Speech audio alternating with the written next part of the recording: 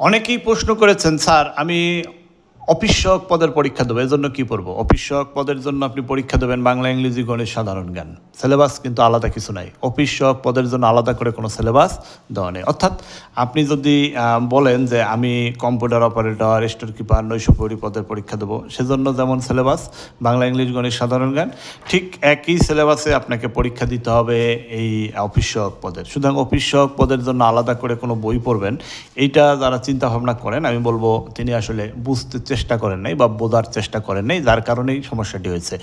তো যারা নিয়োগ পরীক্ষার প্রস্তুতি নিচ্ছেন না বাংলাদেশের সরকারি চাকরি, তাদেরকে বলবো যে সর্বপ্রথম শুরু করবেন নিউমেরিক জব প্রিপারেশন বই দিয়ে। সর্বপ্রথম শুরু করবেন নিউমেরিক জব প্রিপারেশন বই দিয়ে।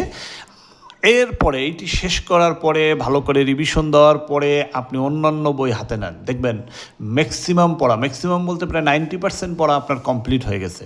ম্যাক্সিমাম পড়া বলতে 90% পড়া আপনার কমপ্লিট হয়ে গেছে।